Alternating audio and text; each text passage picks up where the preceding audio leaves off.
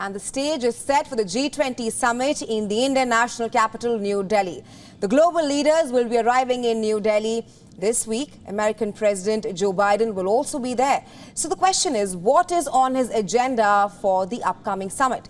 Well, Biden faces presidential polls next year, and how will the summit impact the voters at home? Also, will he be able to use the platform to his favor before the elections? Here's a special report on all these questions. Take a look.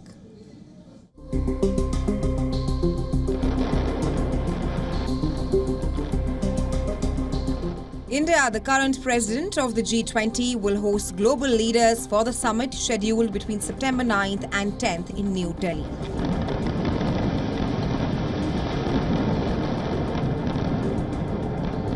US President Joe Biden will also be arriving in the Indian national capital on September 7th for this year's Group of 20 Leaders Summit.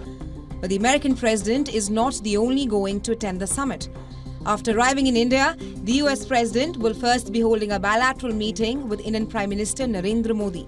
Discussions will likely focus on implementing agreements reached during Prime Minister Modi's state visit to the US in the month of June. Meanwhile, at the summit, both the leaders, US President Joe Biden and Indian Prime Minister Narendra Modi, along with the rest of the leaders, will discuss the capacity of multilateral development banks, including the World Bank. To better fight poverty, they will also address the global challenges. And once again, the ongoing war in Russia-Ukraine will take the center stage. The leaders will mitigate the economic and social impacts of the war. While we discuss this, how will it affect things for Biden back at home? The US is scheduled to host its presidential elections next year, but his latest approval ratings paint a grim picture. The American president's rating stands at 40.5%, while his Republican contender, who is most likely to challenge him for the White House, Donald Trump, is leading the polls in the GOP race. Now, despite Trump facing 91 criminal charges across 4 cases, as of now, things don't look too well for Biden. Questions are being asked about his age. Biden is already the oldest person to hold the job. He will turn 81 this November. The American president also has a series of slip-ups and gaffes. Amidst this, the G20 summit comes as an opportunity for Biden to show America's leadership at the world stage.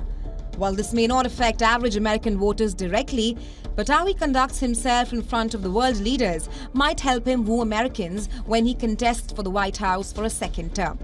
Just a few days ago, US President Joe Biden expressed disappointment over Chinese President Xi Jinping's absence from the summit.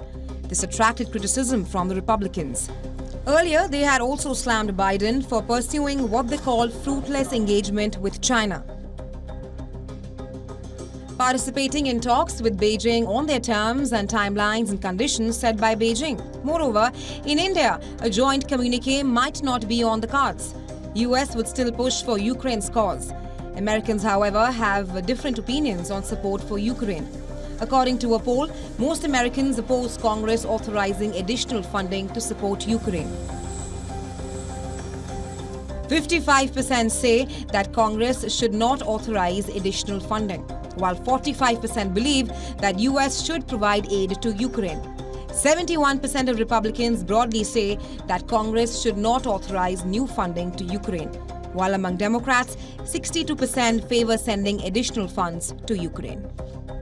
The Biden administration has faced a slew of domestic and international challenges leading to a huge dip in polls. The White House now hopes that the G20 summit is an opportunity for the president to showcase his ability to deal with complex international issues while reasserting America's role on the global stage. Also, they hope that G20 is an opportunity for President Biden to demonstrate his leadership skills with the November elections looming and challenge the notion that age plays a huge factor in his re-election.